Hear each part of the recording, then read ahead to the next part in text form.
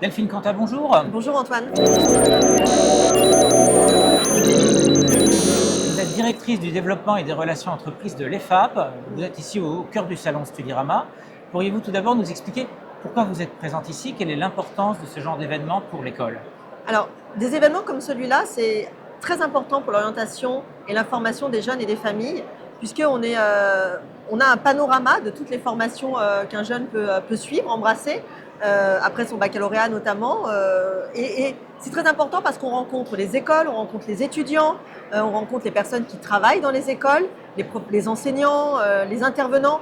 Et c'est l'opportunité pour les jeunes, pour les familles, de poser toutes les questions en direct, en réel, sur les formations, leur contenu, le rythme de formation, les métiers que l'on peut faire après, et puis voilà, d'échanger avec les étudiants, c'est très important.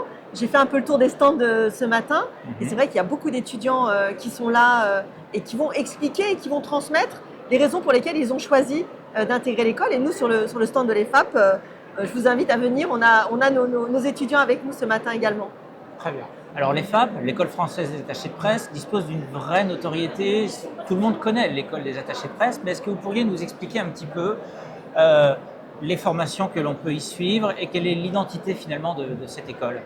Alors, effectivement, vous avez raison Antoine, l'EFAP, c'est l'École française des attachés de presse. Elle a été créée il y a plus de 60 ans, hein, donc c'est la première école de communication en France. Elle formait au départ au métier des relations presse et des relations médias.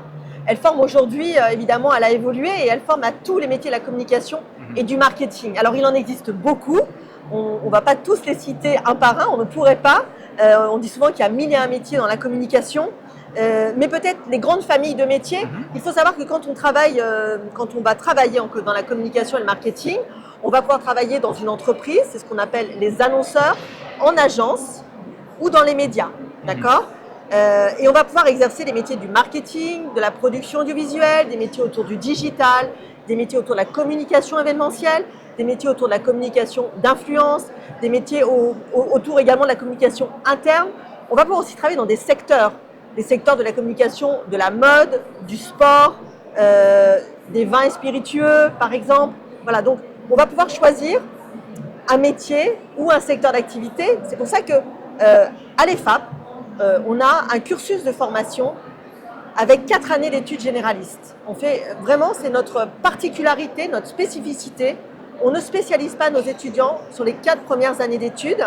On y reviendra peut-être un peu en rentrant dans le cursus. On a une année de super spécialisation, d'hyper spécialisation en 5e année, où là, les étudiants vont avoir le choix sur plus de 20 spécialisations, 23 spécialisations possibles, où là, ils vont chercher une expertise en fin de cursus qui va leur permettre d'avoir voilà, une particularité, en tout cas une expertise complémentaire pour démarrer dans la vie active. Ceci dit, c'est pas parce qu'on démarre en travaillant dans l'événementiel qu'on va pas évoluer sur sa carrière, évidemment. L'importance à l'EFAP pour nous, c'est de former des professionnels de la communication, agiles évidemment, opérationnels, mais surtout qui sont capables de s'adapter à tous les secteurs d'activité, à tous les contextes, en France ou à l'étranger. D'accord. Comment intègre-t-on l'EFAP et quelles qualités faut-il, quelles qualités recherchez-vous chez vos candidats? Alors, comment on intègre l'EFAP? On intègre l'EFAP soit après le baccalauréat, soit en admission parallèle, après avoir fait un bac+2 ou un bac+3. L'EFAP n'est pas sur la procédure Parcoursup, hein, je le précise pour tous ceux qui visionneront cette vidéo. On n'est pas sur Parcoursup, on a plusieurs périodes d'admission, des concours tout au long de l'année pour intégrer l'EFAP. On est également, quand on intègre l'EFAP en 4e ou en 5e année, sur plutôt une procédure de candidature avec un dossier, voilà, un parcours de candidature, dossier et entretien. D'accord ? Au niveau des qualités, on parle d'aisance relationnelle pour entrer dans ce genre d'école, dans ce genre de métier de la communication. J'imagine qu'il faut aussi d'autres savoir-faire pour intégrer votre école. Alors, il faut avoir évidemment des qualités relationnelles, il faut avoir des qualités également rédactionnelles, il faut avoir des qualités d'aisance. Mais je dirais que tout ça, on l'apprend aussi. On le perfectionne, on a des cours, on va vous apprendre à travailler à la fois sur l'aisance, rédactionnelle, relationnelle, vous en parliez à l'instant.